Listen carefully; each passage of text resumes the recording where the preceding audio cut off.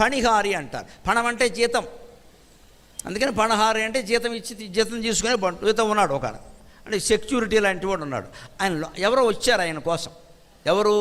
జంగముడు వచ్చాడు ఒక ఆయన, శివభక్తుడే. కానీ ఆయన అక్కడ ఆపాడు. ఈ భటుడు ఆయన కర్తవ్యం ఆయన చేయాలి కదా, ఆపాడు. లోపల ఆయన ఏం చేస్తున్నారో చూసి వస్తాను అని లోపలికి వెళ్ళాడు. వెడితే బసవేశ్వరుడు శివనామ జపంలో శివుల్లో లీనమైపోయి ఉన్నాడు. శరీరం అక్కడ ఉంది కానీ కట్టెలా కనపడుతోంది, ఊపిరి కూడా తీస్తోందో లేదో తెలియట్లా, అంతగా లీనమైపోయాడు. జపం అంటే అది, తపం అంటే అది. ఓ పువ్వు వేయడం ఇటు చూడడం, ఒక ఆకు వేయడం ఇటు చూడడం, మధ్యలో ఫోన్ చూసుకోవడం, దీన్ని జపం అనరు, పనిలేని కాలక్షేపం అంట. ఒక అరగంట సేపైనా అలా జపం చేయలేమా? గదిలోకి వెళ్ళిపోవాలి, ఏకాంతంగా ఉండాలి, తలుపు వేసేయాలి, చిడత బోల్ట్ కూడా వేసేయాలి, పరమ బోల్డ్గా కూర్చోవాలి అక్కడ. శివుడు అంతే, ఇంకెవడో రావద్దు. వస్తే శివుడు వస్తాడు, లేకపోతే ప్రాణం పోతుంది అంతే. అప్పుడు శివదర్శనం అవుతుంది, అప్పుడు శివదర్శనం అవుతుంది.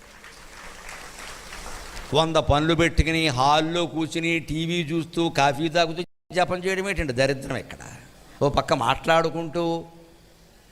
మాట్లాడుకుంటూ పైగా మళ్ళీ ఈ పారాయణ చేయడానికి ఒక్కరూ చేయరండి, ఒక 100 మంది కావాలి. దేనికమ్మా ఈ గ్యాంగో?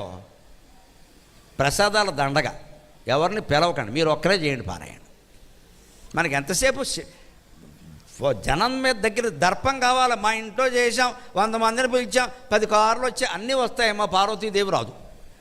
ఈ కార్లు దేనికి? ఇక్కడ తుడుచుకుంటూ కూర్చోగొడ్డట్టి. భగవంతుడు మన ఇంటికి రావాలంటే బసవేశ్వరుల్లా చేయాలి జపం. ఆయన ఎలా చేశాడో తెలుసా? లీనమైపోయాడు అందులో.